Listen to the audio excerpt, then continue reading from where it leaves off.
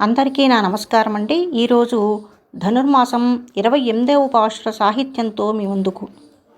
ఈ పాశురంలో గోదాదేవి కృష్ణుని మీద అభిమానంతో చాలా చనువుగా బోలెడు మాటలు చెప్పింది.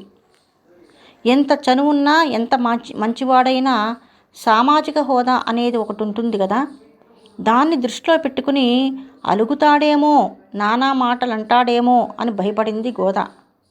ఈ కోపంతో తాము కోరే పరై అనే వాయిద్యాన్ని ఇవ్వను అంటాడేమో అన్న భయం కూడా మనసులో ఉంది. ఆయన నోరు తెరిచి మాటలు అనకముందే చెంపలేసుకుని క్షమాపణ చెప్పుకుంటే సరిపోతుంది కదా అని గోదాదేవి నిజాయితీగా తన తప్పిదాన్ని ఒప్పేసుకుని క్షమించమని కోరింది.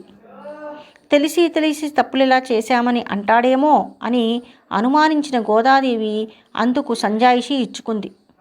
పశువుల వెంట తిరిగేవాళ్ళం, శుచి శుభ్రం లేకుండానే భోజనాలు చేసేవాళ్ళం, చదువా సంధ్య ఏ జ్ఞానము లేని వారికి ఇంగిత జ్ఞానం ఎక్కడి నుంచి వస్తుంది? తన మాటలు అభిమానంగా వచ్చినవే కానీ అవమానపరిచేందుకు కావు అంది. అందుకు చిరాకులు చిటపటలు వద్దు అంది. మమ్మల్ని విసుక్కుని వదిలేద్దామన్నా ఈ బంధం అంత తేలికగా వదిలిపోయేది కాదు అంది. కోపతాపాలు తెచ్చుకోకుండా పరై అనే వాయిద్యాన్ని ఇచ్చి తమను సంతోషపెట్టమని కోరుకుంది. ఇలా వేడుకోవడానికి సర్వస్య శరణాగతి అంటారు. ఈ వేడుకోవడమే సర్వస్య శరణాగతి. ఈ పాశురంలో చేసింది ఈ గోదామ్మవారు.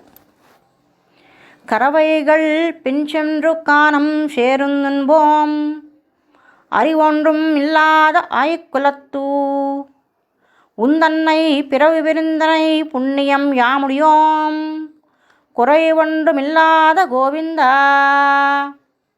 உந்தன்னோடு உறவேல் நம்மக்கிங்குழைக்க ஒழியாது அறியாத பிள்ளைகளோம் அம்பினால் உந்தன்னை சிறு பேரரத்துவம் சீரியருளாதே இறைவா நீதாராய் பறையலோர் எம்பாவாய்.